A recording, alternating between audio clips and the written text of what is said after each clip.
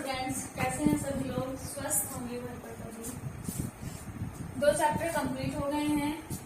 इससे पहले मैंने नोट्स भी डाल दिए थे सेकंड चैप्टर के, तो अपना जो सेकंड चैप्टर है वो अपनी नोटबुक में सभी नोट डाउन कर लेंगे और साथ ही मेरे व्हाट्सएप नंबर पर पिक भी सेंड करेंगे। अपना सेकंड चैप्टर कंप्लीट हो जाने के बाद उसके फोटो खींच कर मेरे व्हाट्सएप नंबर पर सेंड करेंगे, ठीक है। आज हम थर्ड चैप्टर स्टार्ट करेंगे, घर की सफाई। हमारा थर्ड चैप्टर है घर की सफाई।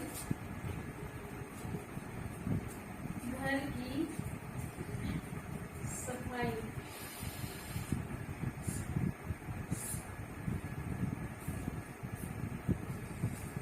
व्यक्ति या परिवार के सदस्य हो सकते हैं, बच्चे हो सकते हैं, सबका अधिकांश समय जो है वो कहाँ व्यतीत होता है? घर पर ही व्यतीत होता है। और मनुष्य अपने घर को आकर्षक बनाने के लिए, उसका माहौल शांतिपूर्ण अच्छे ढंग से बनाने के लिए कुछ न कुछ निरंतर अवश्य प्रयास करता रहता है। तो हम घर की साफ सफाई करने के लिए निरंतर क्या करते हैं? कुछ न कुछ प्रयत्न करते रहते हैं। अब हम देखेंगे सफाई, घर की साफ सफाई के बारे में पढ़ेंगे, जिससे क्या व्यक्ति के जीवन में घर का विशेष महत्व बताया गया है। घर की सफाई में हमारे चैप्टर का नाम ही क्या है? घर की सफाई। तो हम अपने घर की साफ सफाई के बारे में ही इस चैप्टर में जानेंगे। क्या है हमारे घर की साफ सफाई? घर की साफ सफाई स्वास्थ्य की दृष्टि को ध्यान में रखते हुए भी विशेष महत्वपूर्ण स्थान रखती है। और घर की जो साफ सफाई है, हमारा जो घर की गृह सज्जा है, उसमें भी विशेष स्थान रखती है। यदि हमारे घर पे साफ सफाई नहीं है तो गृह सज्जा का प्रश्न ही नहीं उठता। गृह सज्जा हम कब कर सकते हैं? यदि हमारा घर सुव्यवस्थित है, साफ सफाई है हमारे घर के अंतर्गत, तभी हम क्या कर सकते हैं? गृह सज्जा कर सकते हैं, ठीक है। अब क्या है, हम देखेंगे सफाई का अर्थ। क्या है सफाई का अर्थ?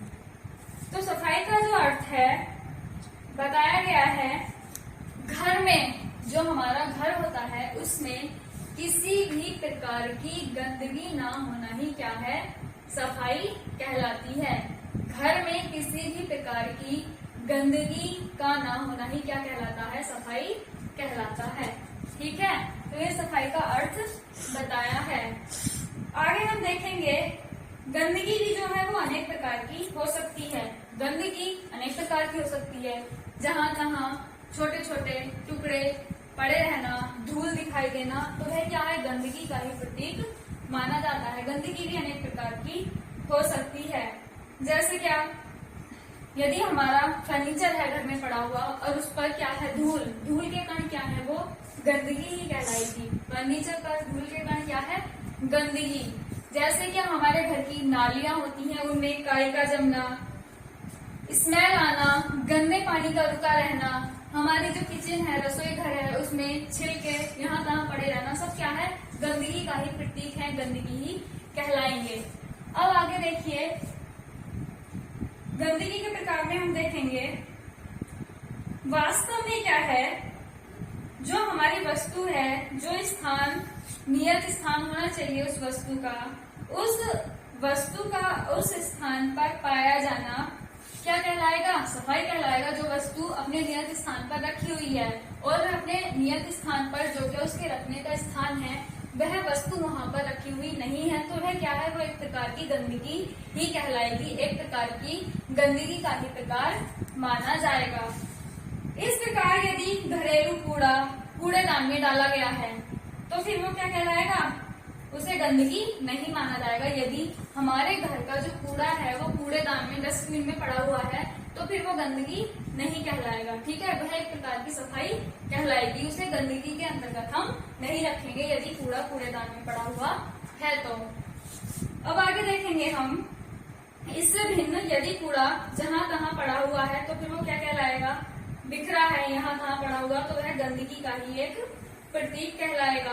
यदि घर में हमारे कूड़ा पड़ा हुआ है, धूल के कण जो अस्त व्यस्त पड़ा हुआ है, दुर्गंध, सीलन आ रही है, मक्खी मच्छर बहुत ज्यादा पनपे हुए हैं। मक्खी मच्छर कहाँ पनपते हैं? गंदगी में। तो फिर वो क्या कहलाएगा? वो सफाई के अंतर्गत, घर की सफाई के अंतर्गत हमारा नहीं आएगा। क्या कहलाएगा? गंदगी कहलाएगा। अब आगे देखिए, इसके विपरीत यदि हमें जहां तहां कूड़ा दिखाई देता है तो यह निश्चित रूप से गंदगी ही कहलाएगा। यदि हम देखें हमारे घर में किसी प्रकार की दुर्गंध, सीलन नहीं है, मच्छर मक्खी नहीं है, हमारा घर जो है वह सुचारू रूप से सुव्यवस्थित है, जो सामान जहाँ होना चाहिए नियत स्थान पर रखा हुआ है। मान लीजिए पेन है, हमारा पेन होल्डर में रखा हुआ है, हमें पता है वहां पे रखा हुआ है, हम जाएंगे तुरंत उठा लेंगे। और जहाँ तहाँ पड़ा हुआ है, हमें ढूंढना पड़ेगा, हमारा टाइम भी वेस्ट जाएगा, तो सफाई के अंतर्गत नहीं आएगा। तो वस्तु का नियत स्थान पर रखा रहना भी क्या है? सफाई ही कहलाएगा। तो यह था हमारा घर की सफाई का अर्थ। घर में किसी भी प्रकार की गंदगी ना होना ही क्या कहलाएगा? सफाई कहलाएगा। अब देखिए हमारा जो अगला टॉपिक है वह है घर की सफाई की आवश्यकता और महत्व। घर की सफाई की आवश्यकता ही क्यों है? क्या इसका महत्व है घर की सफाई का? तो घर की सफाई की आवश्यकता महत्व में हम जानेंगे।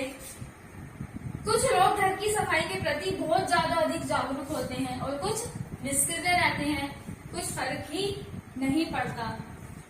तो जो व्यक्ति जागरूक होते हैं उसमें क्या है, उनका मत है कि वस्तुएं उपकरणों के उपयोग से उनका वास्ता है, न कि उनकी सफाई से, चमक दमक से। तो कुछ जो व्यक्ति निष्क्रिय रहते हैं वह केवल जो हमारे घर में उपकरण है, फर्नीचर है, केवल उनका उसके उपयोग से वास्ता है, ना कि ये हमें हमारा जो है चमके दमके, हम इसे सुव्यवस्थित उचित ढंग से नियत स्थान पर रखें। वो क्या करते हैं कि उपयोग में आ गई वस्तु और फेंक दो। और जो सफाई के लिए क्या होते हैं, सक्रिय रहते हैं, बहुत ज्यादा एक्टिव रहते हैं, तो वह अपने जो उपकरण है, वस्तुएं हैं, सुव्यवस्थित करके नियत स्थान पर रखते हैं। तो यह विचार क्या है? गलत है। जो क्या उपयोग करते हैं और फेंक देते हैं। आगे देखिए घर की साफ सफाई की आवश्यकता। तो पहला जो है गृह सज्जा में सहायक। पहला देखेंगे हम गृह सज्जा में सहायक। आवश्यकता भी है गृह सज्जा करने की, हमारे घर में आवश्यकता भी होती है, महत्व भी है गृह सज्जा में सहायक। घर की जो साफ सफाई है वो गृह सज्जा में सहायक भी है। कैसे सहायक है? घर की जो साफ सफाई है वो किस पर निर्भर करती है? हमारी गृह सज्जा पर निर्भर करेगी। इसमें देखिए यह एक ऐसा तत्व है जो गृह सज्जा की प्रत्येक शैली के लिए अनिवार्य है। घर में साफ सफाई की समुचित यदि व्यवस्था नहीं है तो गृह सज्जा का जो संपूर्ण साधन उपलब्ध होते हुए भी जो हमारा घर है वो सुसज्जित नहीं कहलाएगा। तो घर की साफ सफाई का जो महत्व है गृह सज्जा में सहायक। क्या? गृह सज्जा में सहायक। दूसरा है हमारा रोगों के जीवाणुओं को पनपने से रोकती है। पहला है हमारा गृह सज्जा में सहायक।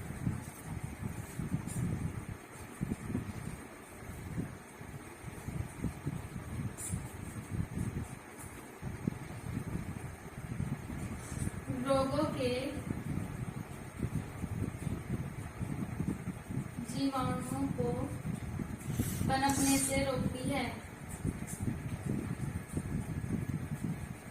यदि हमारे घर में साफ सफाई रहेगी तो जो रोगाणु है, जीवाणु है, वह पनपेंगे नहीं। जब जीवाणु हमारे घर में उत्पन्न नहीं होंगे तो विभिन्न प्रकार की जो बीमारियां हैं उनसे बचा जा सकता है, उनसे बचाव किया जा सकता है, क्योंकि जितनी भी बीमारियां हैं वो किसी न किसी जीवाणु रोगाणु के कारण उत्पन्न होती हैं। तो यह भी हमारी घर की सफाई का महत्व है।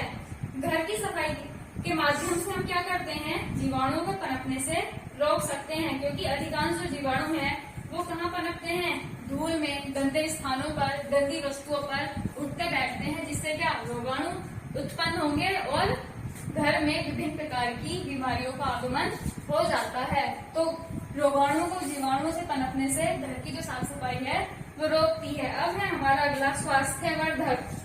स्वास्थ्यवर्धक तीसरा है हमारा स्वास्थ्यवर्धक।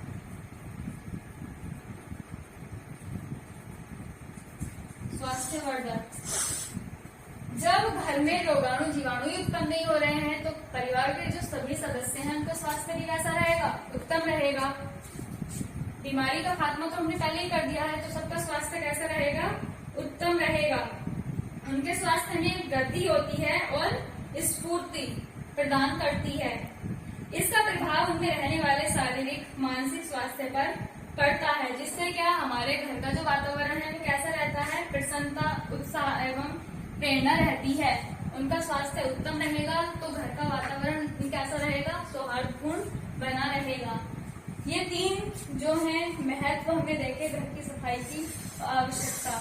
घर की सफाई का अर्थ जानना क्या है? घर की सफाई का अर्थ आज के लिए इतना ही।